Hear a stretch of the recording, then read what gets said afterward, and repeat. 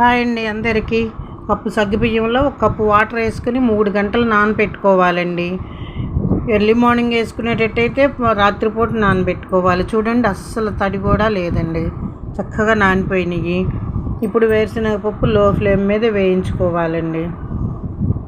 చక్కగా పొట్టుకు మాడకుండా చక్కగా లోపల కూడా చక్కగా ఏగుతాయండి. ఇప్పుడు టేస్ట్కి తగినన్ని పచ్చిమిర్చి, ఒక ఇంచు అల్లము, కొంచెం కరివేపాకు మిక్సీ పట్టుకొని అందులోనే వేరుశనగపప్పు సగం హాఫ్ కప్పు చాలు సరిపోతాయండి. హాఫ్ కప్ వేసుకొని బరగ్గా మిక్సీ పట్టుకోవాలండి. అంటే రివర్స్లో పట్టుకుంటే సరిపోతుందండి.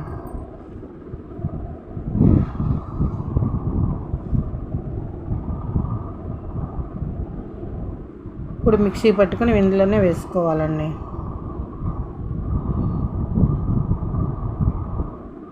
ఒక ఆలు తురుముకొని వేసుకోవాలండి. వరిపిండి ఒక 2 టేబుల్ స్పూన్లు సరిపోతుందండి బైండింగ్ కోసం.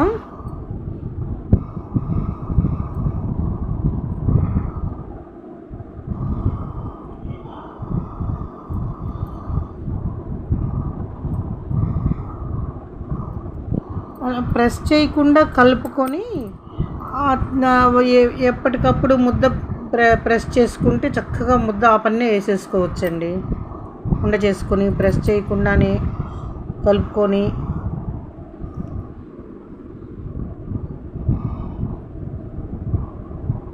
ఒక 1/2 టేబుల్ స్పూన్ సాల్ట్ వేసుకున్నానండి, టేస్ట్కి తగినంత.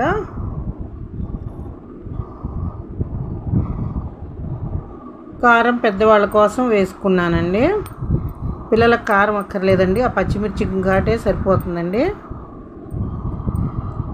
పిల్లలు స్కూల్ నుంచి వచ్చేటప్పటికి వేడిగా చేసి పెడితే 10 నిమిషాల్లో రెడీ అవుతాయండి. చక్కగా పిల్లలు తింటారండి.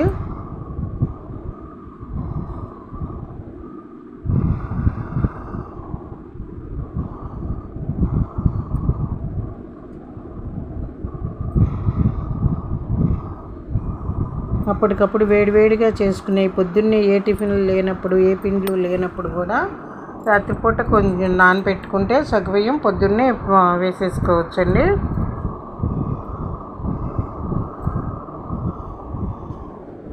హెల్దీ అండి సగ్గుబియ్యం, ఆలు, వేరుశనగపప్పు.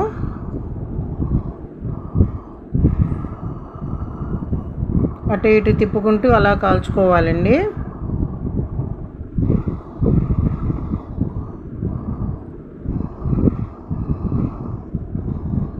కొంచెం కాలిన తర్వాత వేసుకుంటే ఒకటి కొంచెం కాలిన తర్వాత ఇంకొకటి అట్లా ఆయిల్ ఫుల్గా వేసేసుకోవచ్చండి.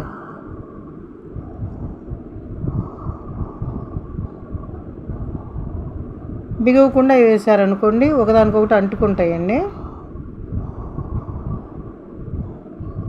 అవి ఉడుకుతూ ఉన్నాయి కదండి, వేసేసుకోవచ్చండి.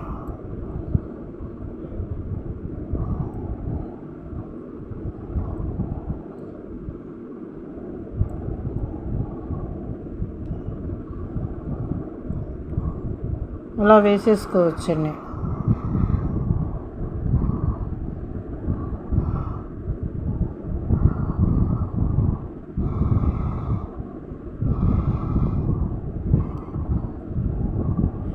మీ సపోర్ట్ మై ఛానల్ అండి.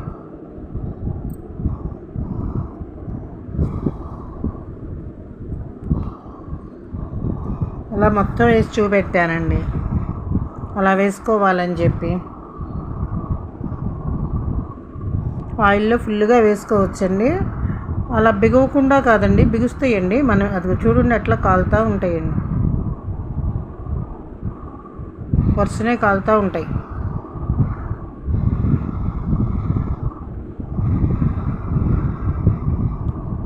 రెడీ అండి సగ్గుబియ్యం.